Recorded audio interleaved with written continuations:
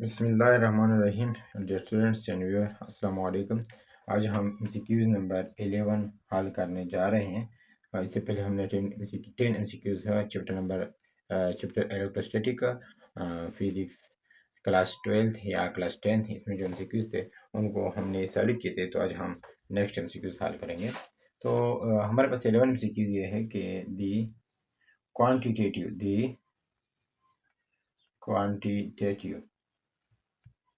the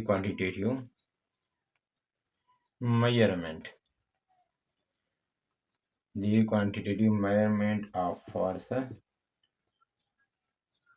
between two electrical charges was made by। तो हमें question दिया गया है कि quantitative measurement of force between two electric charges was made by, यानी जो दो क्वांटिटेटिव मेजरमेंट, जो फोर्स की क्वांटिटेटिव जिसके हम मेजरमेंट करते हैं टू चार्जेस के दरमियान, तो उसको सबसे पहले किसने ये मेजर किया था, नहीं ये कौन साइंटिस्ट था जिसने टू चार्जेस के दरमियान फोर्स को मेजर किया था। तो हम उनके नाम लिख लेते हैं, आप सोच लेके कौन सा ये इसमें। एक था मैक्सवेल। क्या मैक्सवेल ने टू चार्जेस के दरमियान फोर्स को डिटरमाइन किया था? या नंबर 2 न्यूटन ने डिटरमाइन किया था। नंबर 3 सी नंबर है हमारे पास कोलम्स ने इसको डिटरमाइन किया था। और नंबर डी फेराडे ने इसको डिटरमाइन किया था। तो ये तो हर किसी को पता है कि अगर quantitative measure of two electric charges, यानी चार्जेस हमारे पास इलेक्ट्रिक चार्जेस है, उनके दरमियान अगर फोर्स हमने मालूम करना है तो ये किसने मालूम किया था? कोलम ने। ये कोलम फोर्स है, यानी कोलम फोर्स कौन सा है? F is equal to k Q1 Q2 divide by r square. तो ये कोलम्बिक फोर्स का फॉर्मूला है और ये कोलम ने मालूम किया था। तो आप इनसे स्क्रीनशॉट ले लें, मैं इसको मिटा देता हूँ, नेक्स्ट वीडियो लिख लेता हूँ आपके लिए।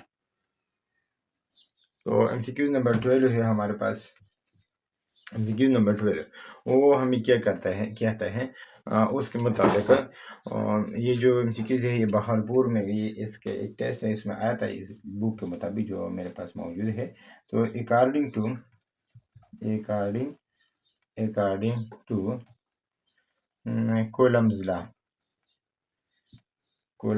कोलम्स लॉ के मुताबिक दी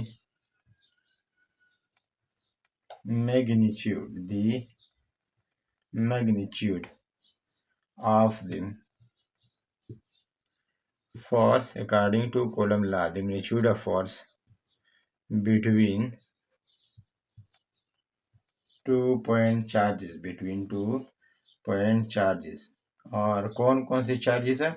Q1 and Q2 separated by distance r, is given by एक कहते हैं कि अकॉर्डिंग टू कोलम लॉ के मुताबिक दी मैग्नीट्यूड ऑफ फोर्स का जो मैग्नीट्यूड है between two point charges Q1 और Q2 के दरमियान फोर्स का जो मैग्नीट्यूड है, और ये Q1 और Q2 सेपरेट होंगे, एक दूसरे से अलग होंगे बाई डिस्टेंस r के डिस्टेंस से, इज गिवन बाय। ये कोलम ने जो फार्मूला दिया है कोलम्स लॉ का वो किस तरह है? मैं आपको ऑप्शन देता हूँ, क्या आप इनको मालूम कर सकते हैं? नहीं। तो हमारे पास ऑप्शन ए है F is equal to k Q1 Q2 divide by r. B number हमारे पास है FE, और ये है k Q1 Q2 divide by r square. C number हमारे पास है FE electrostatic force Q1 Q2 divide by KR, इस तरह है। और डी नंबर है हमारे पास इस तरह है। डी नंबर है FE इज इक्वल टू के आर स्क्वायर Q1 और Q2। इसमें सही ऑप्शन कौन सा है? तो कॉलम मिला के फॉर्मूले का तो हर किसी को पता है, लेकिन मैंने आपको साथ ये स्टेटमेंट वाज़ेह करना चाहता है कि बाज़ औक़ात इस तरह भी एमसीक्यूज़ आ सकते हैं। तो हमारे पास इसका सही ऑप्शन है, इलेक्ट्रिसिटी फोर्स का जो फार्मूला है वो ये है, एफ ई या F is equal to k q one q two divide by r square, जिसमें हमारे पास बी नंबर ऑप्शन जो है वो बिल्कुल सही है। तो इससे आप स्क्रीनशॉट ले लें और मैं नेक्स्ट वीडियो आपके लिए ये नेक्स्ट एमसीक्यूज़ है उसको आपके लिए बनाता हूँ। तो 13 नंबर एमसीक्यूज़ है हमारे पास। 13 नंबर एमसीक्यूज़ वो ये है, दी वैल्यू ऑफ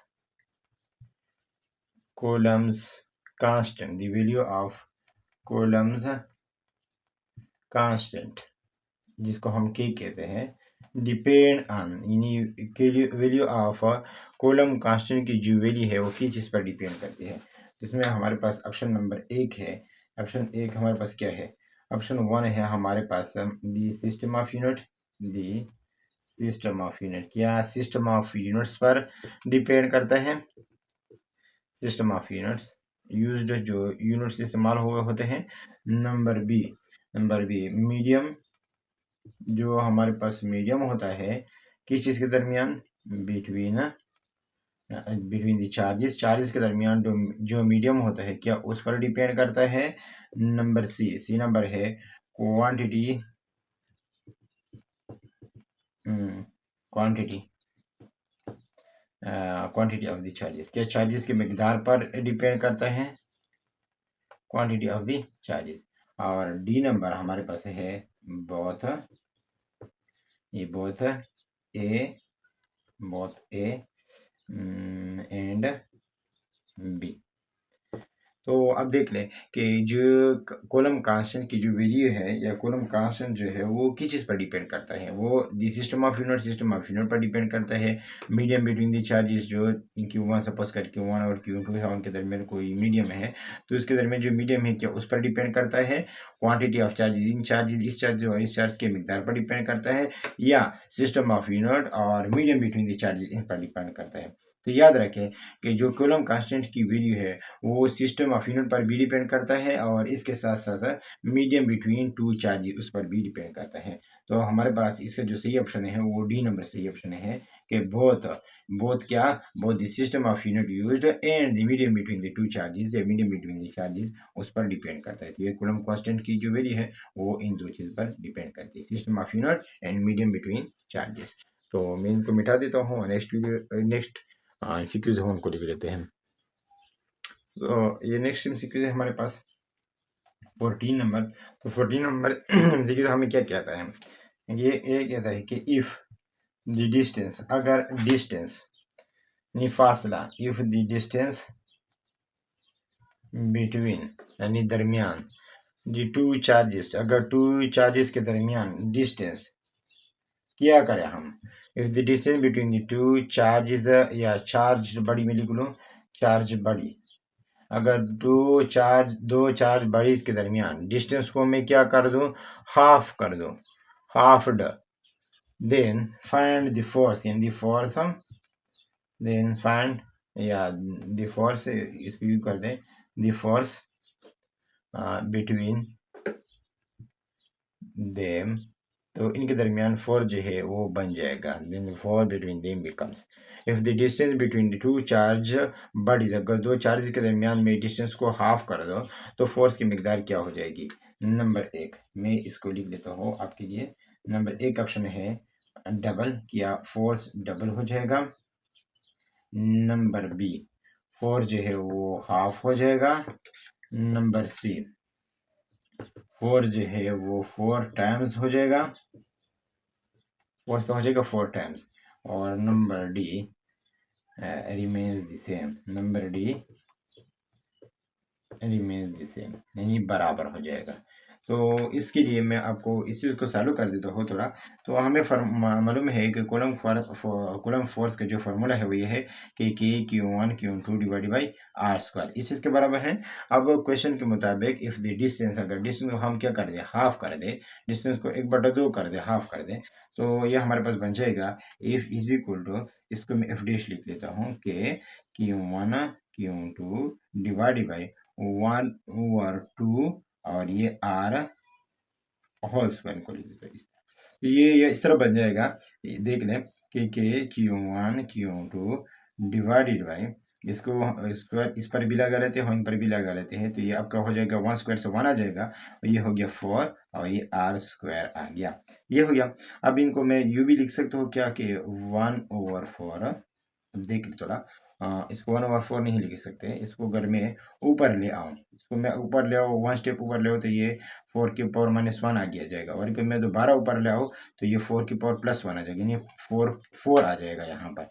तो मैं इनको ऊपर ले आता हूँ, तो ये आपके पास हो जाएगा 4 Q1 और ये हो जाएगा Q2 divided by R square, इस चीज़ के बराबर हो गया। तो आप लिख सकते हो, और ये चीज़ें किस चीज़ के बराबर है, 4Q1 Q2 divided by R square, ये तो फोर्स के बराबर है, तो इसलिए मैं लिख सकता हूँ कि F डैश ये बराबर है 4, और ये जो Q1 Q2 divided by R square है, Q1 Q2 divided by R square है, ये तो F के बराबर है, तो 4F। तो ये इससे हम ये आस कर सकते हैं कि ये जो फोर्स है, अगर हम डिस्टेंस को हाफ कर दे, तो ये 4 जो है वो हमारे पास 4 टाइम इंक्रीज करेगा, क्या करेगा, 4 टाइम्स इंक्रीज करेगा। सो अब इसको मैं मिटा देता हूँ और नेक्स्ट भी सॉल्व करते हैं। अब नेक्स्ट जो एमसीक्यूज है, एमसीक्यू नंबर 15, तो ये हमारे पास इस तरह है कि जो वैल्यू है परमिटिविटी ऑफ फ्री स्पेस को हम एप्सिलॉन नॉट या परमिटिविटी ऑफ फ्री स्पेस कहते हैं। परमिटिविटी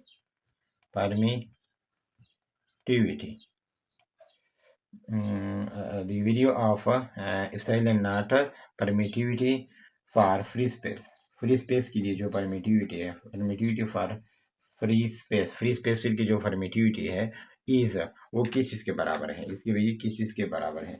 तो ए नंबर ऑप्शन हमारे पास है, क्या है, 9 × 10⁻⁹ newton metre square per newton metre per coulomb square, newton metre coulomb square, इस तरह मैं यू लिख लेता हूँ। और नंबर बी है हमारे पास 8 × 8.85 × 10⁻⁻12 और क्या हो जाएगा, कॉलम स्क्वायर पर मीटर और पर कॉलम स्क्वायर। और सी नंबर हमारे पास है 10⁻⁻6 यू लिख देता हूँ, कॉलम, ये हो जाएगा कॉलम, और पर न्यूटन पर मीटर स्क्वायर, ये हो गया। और डी नंबर में आपके लिए थोड़ा कंफ्यूजन पैदा कर देता हूँ, 8.85 × 10⁻12 ये हो जाएगा कॉलम स्क्वायर पर न्यूटन, यहाँ पर है पर मीटर स्क्वायर है, पर न्यूटन पर मीटर स्क्वायर। तो कौन सा वाला सही है, आप बताएं। तो परमिटिविटी ऑफ फ्री स्पेस ये कहाँ से आया, तो हमें मालूम है F is equal to Q1 Q2 divided by R square. चूँकि हमें मालूम है किस चीज़ का पता है कि K बराबर है 1/4 पाई एप्सिलॉन नॉट अगर फ्री स्पेस है या एयर है, वैक्यूम है, और K बराबर है 1/4 पाई एप्सिलॉन अगर कोई मीडियम है, ठीक है। तो यहाँ पर हमारे पास चूँकि फ्री स्पेस है, तो K की जगह मैं यू लिख सकता हूँ कि 1/4 pi epsilon not Q1 Q2 divided by R square. Epsilon not को इधर शिफ्ट कर देता हूँ, क्लास मल्टीप्लिकेशन कर देते हैं, तो 4 पाई एप्सिलॉन नॉट, और यहाँ पर ये F हो गया is equal to Q1 Q2 divided by R square, ये आ गया। अब मैं क्या करता हूँ, इसको F पर डिवाइड कर देते हैं, इसको क्या करते हैं, F पर डिवाइड कर देते हैं, और यहाँ पर ये 4 पाई भी इसको इधर शिफ्ट कर देते हैं। तो मैं थोड़ा इसको इधर ले आता हूँ ताकि इजी हो जाए। तो एप्सिलॉन नॉट को हमने छोड़ दिया, और ये 4 पाई और F को हम उधर शिफ्ट कर देते हैं, तो आपके पास आ जाएगा Q1 Q2 divided by R square और डिवाइडेड बाई क्या 4 पाई F, और 4 पाई तो इसकी कोई यूनिट नहीं है, तो इसको हम मिटा देते हैं, तो इसकी कोई यूनिट नहीं है, तो इनको हम क्या कर देते हैं, मिटा देते हैं। तो हमारे पास इसके वीडियो यूनिट जो है, यूनिट हमने निकालना है कि किस तरह से इनकी यूनिट आ जाती है। तो ये आ जाते हैं किस तरह के Q1 Q2, तो ये इसका आपके पास जब कॉलम स्क्वायर और ये मीटर स्क्वायर, तो ये पर मीटर स्क्वायर है, तो पर मीटर स्क्वायर आ गया, और इसके पर न्यूटन ये आ गया। तो ये हमारे पास कॉलम कांस्टेंट की वैल्यू है, तो यूनिट है। तो यहाँ पर जहाँ कहीं पर भी ये वैल्यू दिखाई दे, तो ये वाला आपका सही होगा। यहाँ पर है तो न्यूटन है, ये तो गलत हो गया, ये वाला सही नहीं है। और अगर यहाँ पर देखें तो ये कॉलम स्क्वायर पर मीटर पर न्यूटन पर मीटर स्क्वायर, तो इसकी ये वैल्यू तो सही है। और यहाँ पर देखें तो ये कॉलम स्क्वायर पर न्यूटन पर मीटर ये भी सही है। तो हमें जो सही ऑप्शन है वो क्या है, वो सही ऑप्शन ये है कि 8.85 into 10⁻⁻12 column square per Newton पर मीटर स्क्वायर। ये भी याद रखें कि ये जो परमिटिविटी ऑफ फ्री स्पेस है या परमिटिविटी है, ये अपोजिट है किस चीज़ के साथ, यानी इनवर्स रिलेशन है कॉलम कांस्टेंट के साथ। कॉलम कांस्टेंट की जो यूनिट थी वो हमारे पास किस चीज़ के बराबर था, न्यूटन मीटर स्क्वायर पर कॉलम स्क्वायर, इस तरह था। अब ये उल्टा कर दे, न्यूटन मीटर स्क्वायर पर कॉलम स्क्वायर इस चीज़ के बराबर था। अब इनको उल्टा कर दे तो ये जो प्लस है ये प्लस प्लस प्लस पावर है, यानी 1 है, और इसके भी +2 है और इसका -2 है। तो कॉलम को हमने प्लस लिया और इन दोनों को हम माइनस कर देंगे। माइनस कॉलम माइनस न्यूटन यानी 10⁻⁻1 या पर न्यूटन और पर मीटर स्क्वायर, तो इनको हम उल्टा कर देंगे, एक दूसरे के इनवर्स है। So much thanks for watching this video.